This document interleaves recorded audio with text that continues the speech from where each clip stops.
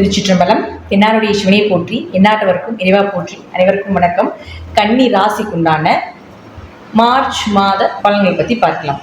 கன்னி ராசியை பொறுத்த வரைக்கும் பார்த்துட்டீங்கன்னா, உங்கள் ராசிக்கு மார்ச் 29ஆம் தேதி சனி பகவான் கண்ட சனியாக பிடிக்கப் போகிறார். அதே போல் பாருங்கள், அதே இடத்துல கேது இருக்குது. ஒன்று நல்லா நம்ம ஞாபகம் வச்சுக்கணும். கேது 1.5 வருட காலங்கள் அங்கே தான் இருப்பார்.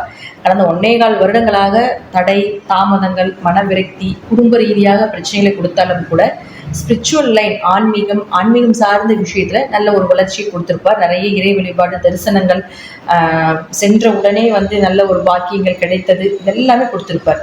அது நீங்கள் யார், உங்களுக்கு உண்டான விஷயங்கள் என்ன, நீங்கள் எங்கே போனீங்கன்னா உங்களுக்கு உண்டான கோவில் என்ன, உங்களுக்கு உண்டான தெய்வங்கள் என்ன, நீங்கள் எங்கே போனீங்கன்னா உங்களுக்கு பாசிட்டிவாக இருக்கும் அப்படிங்கிற விஷயத்தை எல்லாமே கேது அங்கிருந்து கொடுத்துட்டு இருந்திருப்பார்.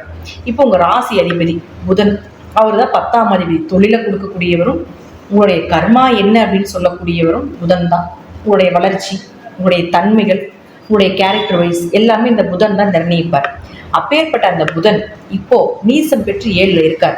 7ஆம் இடங்கிறது பாதகாதிபதி, அந்த இடத்துலயே போய் நீசமாயிருக்கார். அப்போ கடந்த ஒரு மாத காலங்களாக தொழில பிரச்சனை, ரொம்ப மனக்குழப்பங்கள், என்ன பண்ணுறதுனே தெரியல, தற்கொலை எண்ணங்கள் கூட சிலருக்கு வந்திருக்கு போன மாத காலங்களில். அப்போது இப்படி இருக்கக்கூடிய அந்த புதன் இப்போ நீசமாகி தான் அங்கே இருக்கார். நீசமான வலு இல்லை, உங்களுக்கு மதிப்பு இல்லை, உங்களுக்கு மரியாதை இல்லை அப்படிங்கிறத கடந்த மாதனுடைய பலன். இப்போ வக்ரமாகிறார். அப்போ ஒரு கிரகம், ஒரு நீசம் பெற்ற கிரகம் வக்ரமானால் உச்ச பலனை அடைந்தே தீரும். அப்போ இந்த மாதம் இந்த புதன் வக்ரமாக இருக்கிறதுனால நிச்சயமாக உங்களுக்கு பெயர், புகழ், மதிப்பு, இழந்த செல்வங்களை மீண்டும் எடுத்து வரக்கூடிய ஒரு அமைப்பு, தொழிலில் வளர்ச்சி, தொழில் ரீதியாக புதிய அனுபவங்கள், இதெல்லாமே கண்டிப்பாக கொடுத்தே தீருவார். அப்போது போன மாதம் ரொம்ப டல்லாக இருக்கும், இந்த மாதம் ஓரளவுக்கு மூவ் பண்ணி வரக்குண்டான வாய்ப்புகள் உண்டு. அது உங்கள் ஜாதகத்தில் இயற்கையாக புதன் வக்கரமாக இருந்தால் நிச்சயமாக நான் சொல்வது நடந்தே தீரும். வக்ரமாக இல்லைன்னா ஓரளவுக்கு நடக்கும். வக்ரமாக இருந்துருச்சுன்னா நான் சொல்வதை விட நல்ல பெயர் புகழோட நல்ல தொழில் வளர்ச்சி இதெல்லாமே கிடைத்தே தீரும் அப்படிங்கிறது மாற்றம் கிடையாது. அடுத்தது சுக்கிரன். இது சுக்கிரன் யார் ஜாதகத்தில் 2 மற்றும் 9ஆம் அதிபதியாகி வக்ரம் பெறுகிறார். பொதுவாக நீச கிரகம் எப்படி வக்ரம் பெற்று உச்ச பலனை அடைந்ததோ அதே போல உச்சகிரக வக்ரமான நீச பலன் அதை நம்ம தெரிஞ்சுக்கணும். அப்போ உச்சகிரகம் வக்ரமாயி நீசம் பெறும் பொழுது அவர் யார், சுக்கிரன் யார் உங்களுக்கு 2 9ஆம் அதிபதி. பணம், பொருளாதாரம், தந்தை, பூர்வீக சொத்து எல்லாமே உங்களுக்கு சுக்கிரன் தான் கொடுக்க போகிறார். அப்ப அந்த சுக்கிரன் ராகுவோட சேர்ந்து நீசம் பெறக்கூடிய ஒரு காலகட்டங்கள்ல கண்டிப்பாக ரொம்ப கவனமா இருக்கும். பேச்சை மட்டும் ஒரு பேச்சு வெளியே விட்டுட்டீங்கன்னா அது பல மடங்கான இழப்புகள் உங்களுக்கு கொடுத்துருக்கும். தேவையில்லாம பேசுறது, உங்களையே அறியாம பேச வச்சிடும். பேசினதுக்கு அப்புறம் தான் நான் தான் பேசினேன்னா அது அப்படின்னு சொல்ற அளவுக்குலாம் உங்களுக்கு பண்ணி கொடுத்துரும். அப்போ 9ஆம் இடங்கிறது தந்தை இல்லையா, அப்ப தந்தையினுடைய ஆரோக்கியத்துல பிரச்சனை, தந்தைக்கு ஏதாவது ஒரு மருத்துவ செலவுகள் செய்கிறது, தந்தையினுடைய கர்மா ஏதாவது கழிக்கக்கூடிய ஒரு சூழ்நிலைகள். ஏன்னா 10ஆம் அதிபதி கர்மஸ்தானாதிபதி போய் 9ஆம் அதிபதியோடு சேருது. அப்போ 9, 10 தர்ம கர்மாதிபதி யோகமாக இருந்தாலும் வக்ரோநீசம் ஆனதுனால கொஞ்சம் ஏதாவது ஒரு கர்மாவை கழிப்பதுக்குண்டான வாய்ப்பை கொடுத்தே தீரணும் இல்லையா அவர். அப்ப தந்தைக்கு ஏதாவது செய்யும் பொழுது கர்மா கழியும் இல்லையா, அப்போ தந்தையினுடைய உறவுகளுக்கு ஏதாவது உதவிகள் செய்யும்போது உங்க கர்மா கழியும் இல்லையா. அப்போ இதையும் நம்ம மனசுல வச்சுக்கணும். அப்போ 9, 10 தொடர்பு ஏற்பட்டால் தர்ம கர்மாதிபதி யோகம், ஆண் வாரிசு பிறப்பதற்குண்டான வாய்ப்பு இதெல்லாமே கொடுக்கும் இந்த மாசம். அதுலேயும் மாற்றம் இல்லை. ஆனா இருப்பினும் சுக்கிரன் நீசம் பெற்று, அதாவது உச்சம் பெற்று வக்கரமாக நீசகதி அடைகிறதுனால எதை செய்தாலும் கொஞ்சம் பொறுமையா இருங்க, பேச்சில் கவனமா இருங்க. யாரை நம்பி பணம் கொடுக்கல் வாங்கல் வேண்டாம். அது முக்கியமா ஜாமீன் கையெழுத்து வேண்டவே வேண்டாம். ஆனா இந்த மாசம் தான் எல்லாமே வரும். ஜாமீன் கையெழுத்து போடுற மாதிரி வரும், ஏதாவது நல்லா நடக்கிற மாதிரி வரும். ஆனா அப்படி பண்ணிட்டீங்க அது உங்களை சிக்க விடுறதுக்கு உண்டான கிரகங்கள் செய்யக்கூடிய ஒரு சூழ்ச்சியான விஷயம் அப்படிங்கிறத நம்ம தெரிஞ்சுக்கணும். ஓகேங்களா. அடுத்தது பாருங்க செவ்வாய். இந்த செவ்வாய் போய் 10ல் நிற்கிது. 3 8 குடையவராகி 10ல் நிற்கிறார். 3 குடையவர் 8 குடையவர் 10ல் இருந்தால் தொழிலில் சொந்த தொழில் பண்ணிட்டு இருக்கிறவங்களுக்கு தொழில் ஸ்தானபதி நீசம் ஆனாலும் கூட ஏதோ ஓரளவுக்கு வளர்ச்சியை கொடுக்கும். ஏன்னா 10ல் செவ்வாய் இருந்தால் இன்ஜினியரிங் சம்மந்தப்பட்டது, இரும்பு சம்மந்தப்பட்டது, ஃபுட்டு சம்மந்தப்பட்டது, காய்கறிகள், மளிகைகள் சம்மந்தப்பட்டது, இது விவசாயம் சார்ந்தது எல்லாமே செவ்வாய்க்கு ஒரு வகையான ஒரு தொழில் தான். அப்போ அப்படி இருக்கக்கூடியவர்களுக்கு ஓரளவுக்கு வளர்ச்சி உண்டு. ஏதாவது ஒரு வழியில் பணவரவு, தொழில் வளர்ச்சி இதெல்லாமே கொடுக்கும். ஆனால் 8ஆம் அதிபதி 10ல் இருக்கிறதுனால தொழிலை இன்வெஸ்ட்மெண்ட் போடாமல் இருக்கிறதும் நல்லது.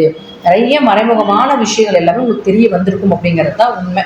அடுத்தது பாருங்க, குரு இயற்கையாகவே 9லிருந்து ராசியை பார்த்துட்டு இருக்கிறதுனால தடைகளை கொடுத்தாலும் குரு, அதாவது கேது தடைகளை கொடுத்தாலும் குரு ஒரு மருந்தாக செயல்பட்டு இருப்பார் அப்படிங்கிறதா உண்மை. அடுத்தது சனி பகவான். இந்த சனி பகவானை பொறுத்த வரைக்கும் பார்த்துட்டீங்கன்னா மார்ச் 29 உங்களுக்கு வந்து கண்டச்சனியா வருது. கண்டச்சனி காலகட்டங்களில் ஃபர்ஸ்ட் அவர் பண்ற விஷயமே என்னன்னா, கணவன் மனைவி பிரிச்சிருவாங்க.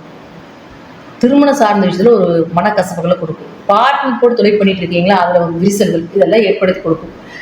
ஏற்படுத்தி கொடுக்கும் அப்படிங்கிறதுல அது உண்டான அனுபவங்களை கொடுக்கும் அப்படிங்கிறது அமைப்பு. அது இருக்கக்கூடிய அழுக்குகளை வெளியேற்றும் அப்படிங்கிறது அமைப்பு. ஸோ கொஞ்சம் பொறுமையா என்ன நடக்குது அப்படிங்கிறத மட்டும் கோவப்படாம யோசிச்சு பண்ணினீங்கன்னா, அவர் செய்யறது, சனி பகவான் செய்யறது நம்ம நல்லதுக்கு மட்டும்தான் அப்படிங்கிறது முற்றிலும் நமக்கு தெரிய வரும். அதற்கப்புறம் அதை திருத்திக் கொள்வது என்பது நம்மளுடைய கையில தான் இருக்கு. ஓகேங்களா?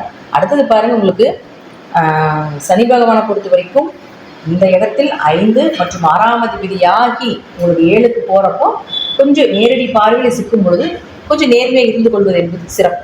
அடுத்தது சூரியன்.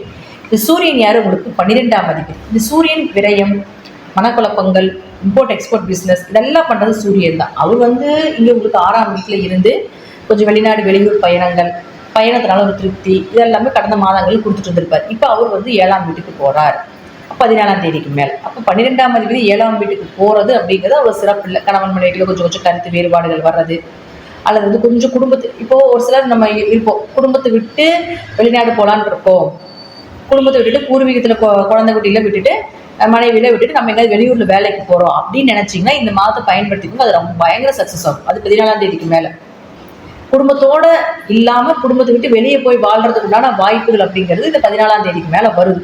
அதையும் நீங்கள் பயன்படுத்தி கொள்ளுங்கள். ஸோ 12ஆம் அதிபதி 7ல் போய் இருந்தாலும் கூட சூரியன், சனி, சுக்கிரன், ராகு, புதன் சேர்க்கை அப்படிங்கிறது ஒரு சிறப்பான சேர்க்கை இல்லை. ஒவ்வொரு ராசிக்கும் இது யோகத்தை கொடுத்துட்டு போயிடுது. உங்க ராசிக்கு அது 7ஆம் இடத்துல போயிடுது. குடும்ப ரீதியாக, திருமண ரீதியாக ஒரு ஏமாற்றங்களே கொடுக்குது. ஏன் அப்படி சொல்றேன்னா, சுக்கிரன் ராகு பெண் சாபம், பெண் சாபத்து மூலமாக பெண்கள்னால வரக்கூடிய பிரச்சனைகளை எந்த அளவுக்கு கொடுக்குதோ, அதே போல புதன் ராகு சேர்க்கை அப்படிங்கிறது படிப்புல கவனமா இருந்துக்கணும். படிப்பு மந்த நிலையை கொடுக்கும். அல்லது இதே உங்க ஜாதகத்துல புதன் ராகு சேர்க்கை இருந்துன்னு வச்சுக்கோங்களேன், படிப்பு மந்த நிலையை கொடுத்துருக்கும். அல்லது படிப்புக்கு உண்டான வேலை இருந்திருக்காது. நீங்க படித்தது ஒன்றா இருக்கும், ஆனா வேலை பார்க்கறது ஒரு வேலையா இருக்கும், அதற்குண்டான சம்பளம் உங்களுக்கு கிடைச்சிருக்காது. இதெல்லாம் புதன் ராகு உங்க ஜாதகத்துல இருந்தா இருக்கும். இப்ப மாணவர்களுக்கு இதே சேர்க்கை இப்ப இருக்குது, உங்க குழந்தைகளுக்கு எல்லாம் இருக்கு அப்படின்னா இப்ப அந்த புதன் ராகு சேருது. ஸோ படிப்புல கவனமா படுத்திக்க சொல்லுங்க. ஏன்னா படிப்பை தடையை பண்றதுக்குண்டான வாய்ப்பு எல்லாமே ஏற்படுத்தி கொடுத்துடாது.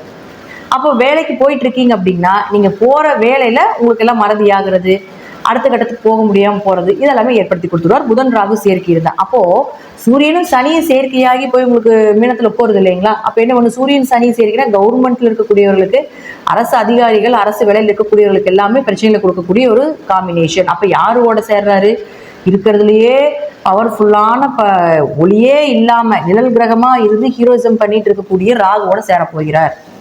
அப்ப இத்தனை கிரகங்கள் இங்க இருந்தாலும் இங்க ராகு தான் ஹீரோ. இத்தனை பேர்த்தோட தன்மைகளை வாங்கி ராகு வெளிப்படுத்தும். ராகு உங்க ஜாதகம் நல்லா இருந்து விட்டால் மிகப்பெரிய யோகத்தை கொடுத்துட்டு போயிடும். ராகு நல்லா இல்லை அப்படின்னாலும், தசாபுத்தி நல்லா இல்லைனாலும் கொஞ்சம் வேலை சார்ந்த இடத்துலையும் உங்க மேல் அதிகாரிகள் மூலமாகவும், உங்களுக்கு கீழே வேலை செஞ்சுட்டு இருக்காங்க இல்லைங்களா, அவங்க மூலமாகவும் கொஞ்சம் கவனமா இருங்க. பேச்சால, உடம்பால, மனதால எல்லா விஷயத்திலும் ஏமாற்றங்களை கொடுக்கக்கூடிய காம்பினேஷன் இது. பெண்ணாக இருந்தாலும் சரி, ஆணாக இருந்தாலும் சரி.